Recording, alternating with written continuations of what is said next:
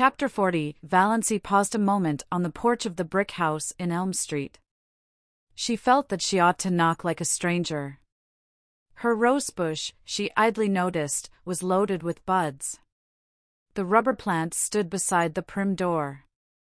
A momentary horror overcame her, a horror of the existence to which she was returning. Then she opened the door and walked in. I wonder if the prodigal son ever felt really at home again, she thought. Mrs. Frederick and Cousin Stickles were in the sitting room. Uncle Benjamin was there, too. They looked blankly at Valency, realizing at once that something was wrong. This was not the saucy, impudent thing who had laughed at them in this very room last summer. This was a gray-faced woman with the eyes of a creature who had been stricken by a mortal blow. Valency looked indifferently around the room. She had changed so much, and it had changed so little. The same pictures hung on the walls. The little orphan who knelt at her never-finished prayer by the bed whereon reposed the black kitten that never grew up into a cat. The grey steel engraving of Cotter Bras, where the British regiment forever stood at bay. The crayon enlargement of the boyish father she had never known. There they all hung in the same places. The green cascade of Wandering Jew still tumbled out of the old granite saucepan on the window-stand. The same elaborate, never-used pitcher stood at the same angle on the sideboard shelf. The blue and gilt vases that had been among her mother's wedding presents still primly adorned the mantelpiece, flanking the china clock of Barrows and besprayed where that never went. The chairs in exactly the same places. Her mother and Cousin Stickles, likewise unchanged, regarding her with stony unwelcome.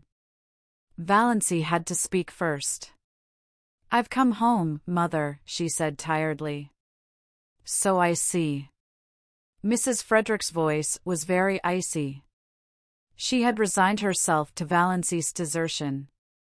She had almost succeeded in forgetting there was a Valency.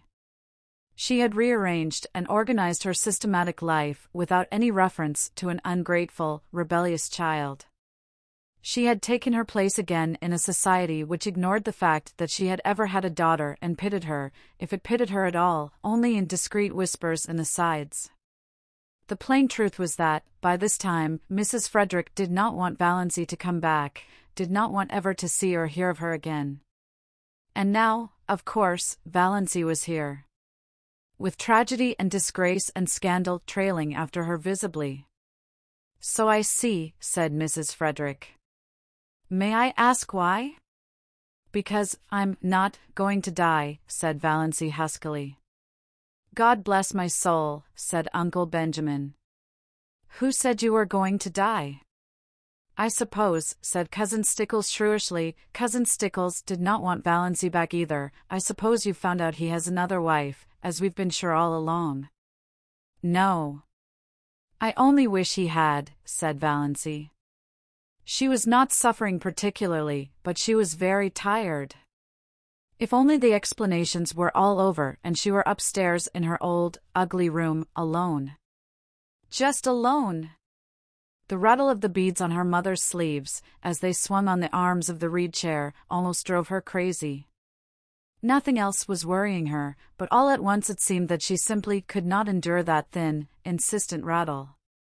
"My home, as I told you, is always open to you," said Mrs. Frederick stonily, "but I can never forgive you." Valency gave a mirthless laugh. "I'd care very little for that if I could only forgive myself," she said. "Come, come," said Uncle Benjamin testily. But rather enjoying himself.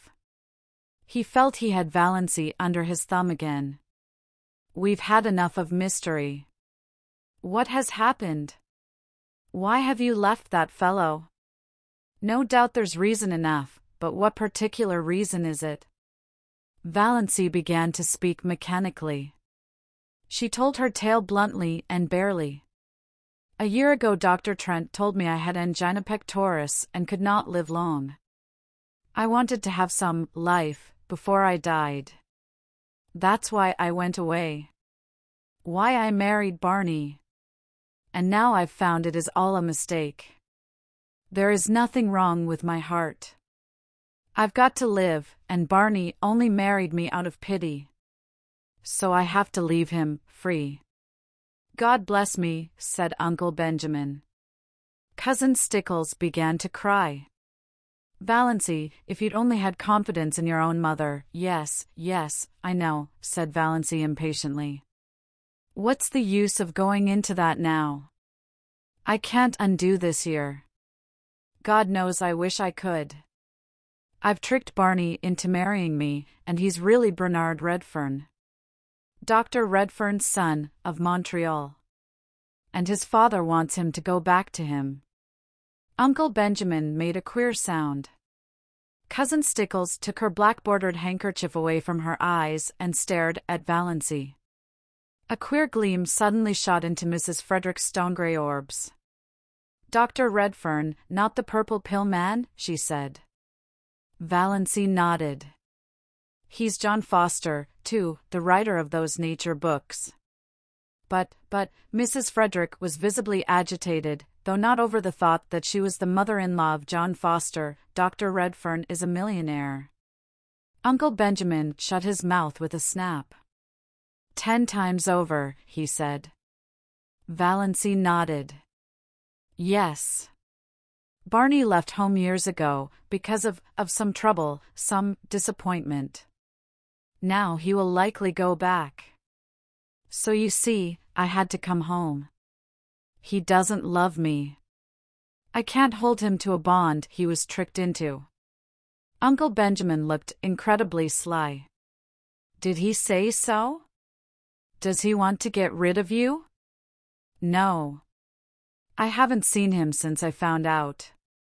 But I tell you, he only married me out of pity, because I asked him to, because he thought it would only be for a little while. Mrs. Frederick and Cousin Stickles both tried to speak, but Uncle Benjamin waved a hand at them and frowned portentously. Let me handle this, wave and frown seemed to say. To Valancy. Well, dear, we'll talk it all over later. You see, we don't quite understand everything yet. As Cousin Stickles says, you should have confided in us before. Later on, I dare say we can find a way out of this. You think Barney can easily get a divorce, don't you? Said Valancy eagerly. Uncle Benjamin silenced with another wave the exclamation of horror he knew was trembling on Mrs. Frederick's lips. Trust to me, Valancy. Everything will arrange itself. Tell me this, Dossie.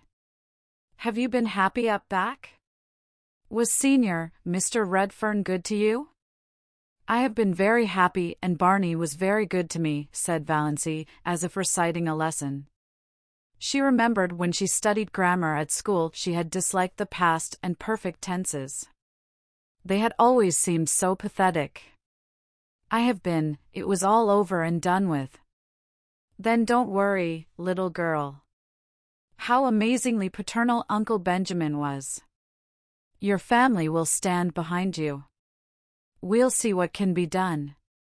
Thank you, said Valancy dully. Really, it was quite decent of Uncle Benjamin. Can I go and lie down a little while? I'm tired. Of course you're tired.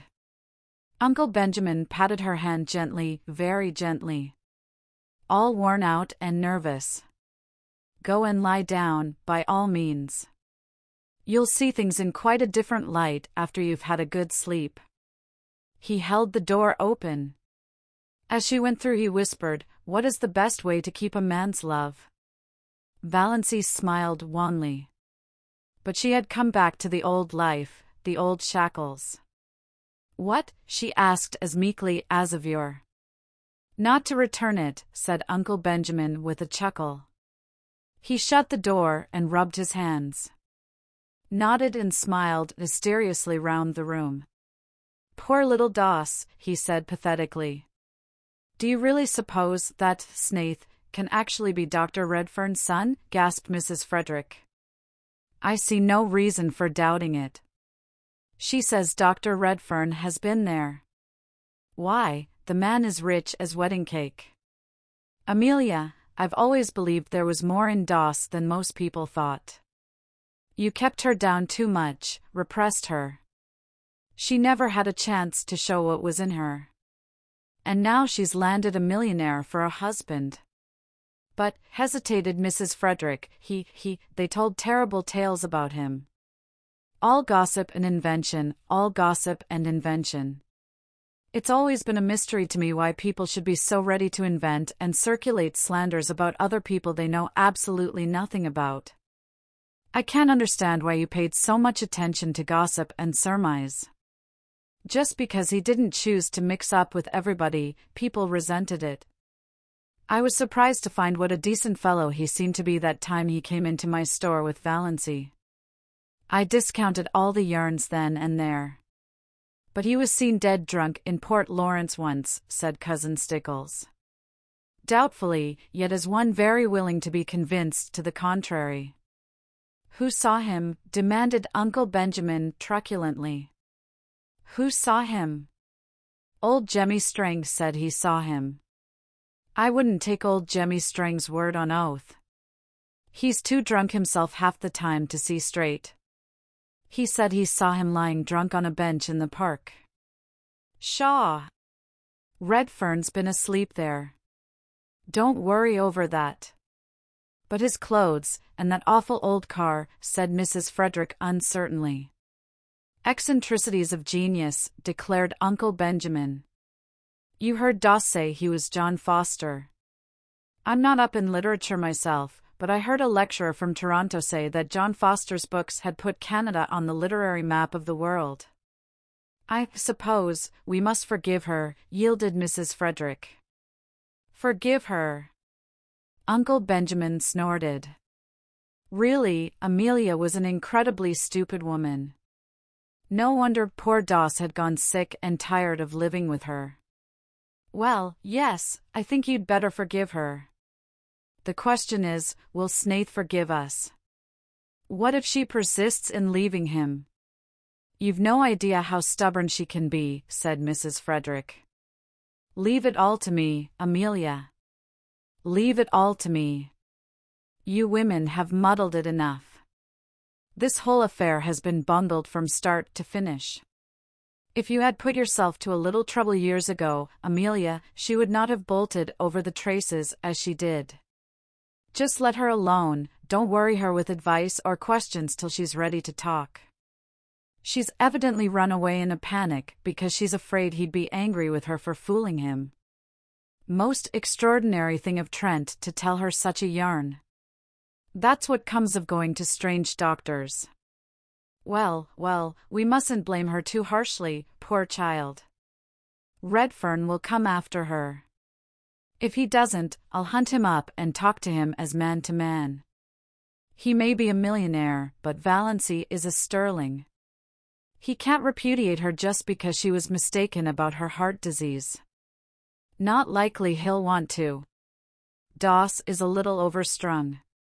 Bless me, I must get in the habit of calling her Valency. She isn't a baby any longer. Now, remember, Amelia. Be very kind and sympathetic. It was something of a large order to expect Mrs. Frederick to be kind and sympathetic. But she did her best. When supper was ready, she went up and asked Valency if she wouldn't like a cup of tea.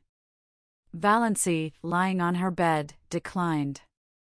She just wanted to be left alone for a while. Mrs. Frederick left her alone. She did not even remind Valency that her plight was the outcome of her own lack of daughterly respect and obedience. One could not, exactly, say things like that to the daughter-in-law of a millionaire.